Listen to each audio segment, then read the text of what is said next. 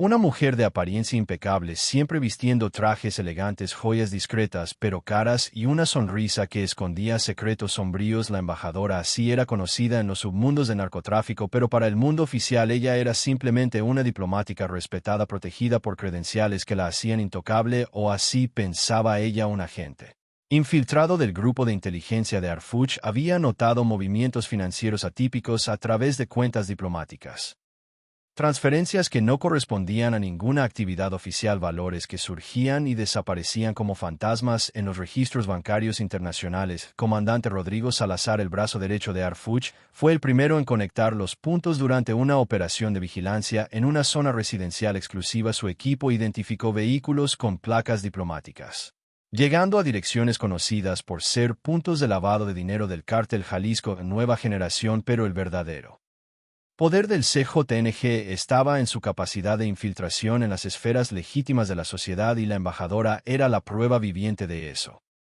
Su nombre verdadero era Isabel Mariana Solís Vega, pero pocos conocían esa identidad. Para el mundo diplomático ella era una representante cultural y comercial ejemplar. Participaba en galerías de arte, eventos de caridad, cócteles en embajadas. Su currículum era impecable: formación en relaciones internacionales en universidades europeas, fluidez en 5 idiomas, conexiones con altos escalones gubernamentales, pero detrás de la fachada sofisticada, Isabel era la arquitecta de una de las más ingeniosas redes de lavado de dinero jamás descubiertas. Utilizando su inmunidad diplomática como escudo impenetrable, movía millones de dólares semanalmente a través de fronteras internacionales. Valijas diplomáticas protegidas por tratados internacionales contra inspecciones transportaban no solamente documentos, sino también dinero en efectivo, tarjetas prepagadas no rastreables e incluso criptomonedas en dispositivos de almacenamiento físico. El equipo de Harfuch descubrió que Isabel no trabajaba sola. Ella comandaba una red de al menos 12 otros diplomáticos, algunos legítimos, pero corrompidos, otros con credenciales falsificadas proporcionadas por funcionarios corruptos en ministerios de Relaciones Exteriores de países complacientes. Marco Antonio el Contador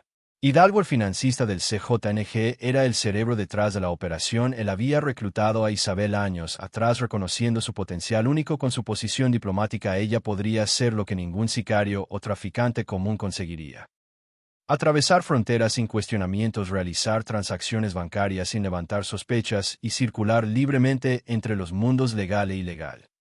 Harfuch sabía que no podía dar un paso en falso. La inmunidad diplomática era una protección legal poderosa respaldada por convenciones internacionales. Un error, una invasión de privacidad mal fundamentada, y toda la operación podría colapsar. Peor aún, podría crear un incidente diplomático de proporciones devastadoras. Necesitamos evidencias irrefutables, dijo Harfuch a su equipo durante una de las innumerables reuniones nocturnas que consumieron meses de sus vidas. No podemos simplemente acusarla. Necesitamos destruir el escudo que la protege.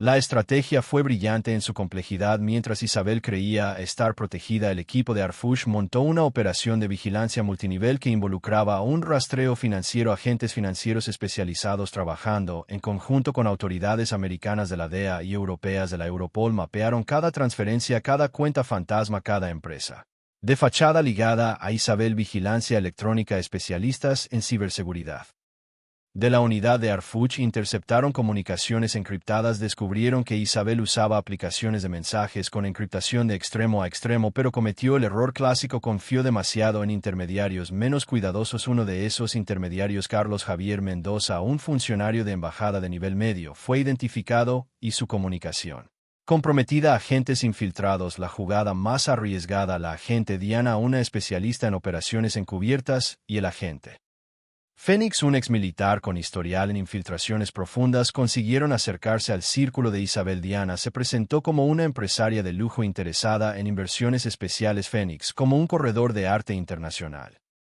Durante meses las piezas se encajaron. El equipo de Harfuch documentó todo: entregas de valijas diplomáticas en direcciones que no eran instalaciones oficiales, sino mansiones particulares y oficinas de empresas de fachada, reuniones secretas entre Isabel y figuras conocidas del CJNG, incluyendo al contador Hidalgo y Ernesto el Fantasma Carrillo, el coordinador de logística del cártel responsable del transporte de drogas hacia los Estados Unidos. Transacciones bancarias que totalizaban más de 350 Millones de dólares movidos en un periodo de 18 meses. El dinero provenía de ventas de metanfetaminas, fentanilo, cocaína y heroína en mercados americanos y europeos. Documentos falsificados. La red de Isabel había creado una empresa llamada Horizonte Global Consulting registrada en 3 paraísos fiscales diferentes que teóricamente prestaba servicios de consultoría internacional, pero en realidad era un conducto para lavar dinero del CJNG. El momento decisivo llegó cuando los agentes Diana y Phoenix fueron invitados a una reunión exclusiva en una propiedad aislada en las montañas. Isabel estaba allí, así como el contador y otros miembros de alto escalafón del cártel. La conversación fue grabada. El contador: Isabel, tu operación es una obra de arte. En 2 años has movido más dinero que cualquier otra persona en la historia de la organización. Ninguna prisión, ninguna investigación. La diplomacia es nuestro mayor activo. Isabel, la clave es mantener la apariencia mientras sea vista como legítima. Soy invisible. La inmunidad no es solo una protección legal, es psicológica. Las autoridades ni siquiera consideran investigar a alguien con mis credenciales. Aquellas palabras fueron su sentencia. Harfuch eligió un momento estratégico. Isabel participaría en un evento cultural en un hotel de lujo, una subasta benéfica que atraería diplomáticos, empresarios y figuras públicas. Sería su última aparición como mujer libre. La operación fue bautizada como Operación Diplomacia Corrompida e involucró más de 200 agentes de múltiples fuerzas especiales, inteligencia, unidad financiera, peritos forenses e incluso negociadores especializados en situaciones delicadas. En las primeras horas de la mañana los equipos ya estaban posicionados, francotiradores en edificios adyacentes, no para disparar sino para monitoreo, vehículos sin marcas rodeando el perímetro, agentes disfrazados dentro del propio evento. Harfuch estaba en el centro de comando móvil, una van discreta estacionada a 3 cuadras del hotel. Monitores mostraban ángulos múltiples. Comunicaciones encriptadas zumbaban constantemente. Objetivo confirmado. Entrando al vestíbulo principal, la voz del comandante Salazar llegó por radio. Isabel entró majestuosa vistiendo un vestido de gala azul marino, cabello impecablemente arreglado. Saludó a conocidos, sonrió para las cámaras, encarnó perfectamente el papel que había representado por años, pero esta vez los ojos que la observaban veían a través de la máscara. Harfuch dejó que Isabel disfrutara 2 horas del evento. Quería que se sintiera segura, cómoda. La psicología de la operación era atraparla cuando su guardia estuviera baja. El momento llegó cuando Isabel se dirigió al baño privado reservado para VIPs. El corredor estaba vacío, o parecía estarlo ahora, ordenó Harfuch. En cuestión de segundos agentes surgieron de posiciones ocultas. Isabel apenas tuvo tiempo de procesar lo que sucedía. No hubo violencia, no hubo drama, solo eficiencia fría y profesional. Isabel Mariana Solís Vega está detenida bajo sospecha de lavado de dinero, asociación con organización criminal y abuso de privilegios diplomáticos, dijo Harfuch. Personalmente apareciendo frente a ella, había insistido en estar presente en este momento. El rostro de Isabel perdió todo el color por primera vez en años. Su escudo había fallado. No pueden hacer esto. Tengo inmunidad diplomática. Esto es una violación de tratados internacionales, protestó, la voz temblando entre furia y pánico. Harfuch no se inmutó. Su inmunidad fue revocada hace 3 horas después de que presentamos evidencias irrefutables al Ministerio de Relaciones Exteriores y a las autoridades del país que emitió sus credenciales. Cooperaron plenamente. Ya no tiene protección. La verdad era devastadora. La operación de Harfuch había incluido negociaciones diplomáticas secretas. Las evidencias eran tan abrumadoras que el país que había acreditado a Isabel no tuvo más opción que revocar su estatus y autorizar su procesamiento. Isabel intentó retroceder, pero agentes ya habían bloqueado todas las salidas mientras Isabel era detenida. Operaciones simultáneas estallaron en 6 lugares. La residencia de Isabel, una mansión de 3 pisos en un barrio exclusivo. Agentes forenses entraron y encontraron un tesoro de evidencias, computadoras con registros financieros detallados, celulares con comunicaciones comprometedoras y sorprendentemente $23 millones en efectivo escondidos en una caja fuerte secreta detrás de una estantería de libros. Oficinas de Horizonte Global Consulting, documentos falsificados, contratos fraudulentos, registros de transacciones internacionales, todo meticulosamente documentado por la propia Isabel, quien aparentemente mantenía registros detallados, probablemente como seguro contra la traición del cártel. Residencia de Carlos Javier Mendoza, el funcionario de embajada, entró en pánico al ver agentes en su puerta. Intentó destruir evidencias,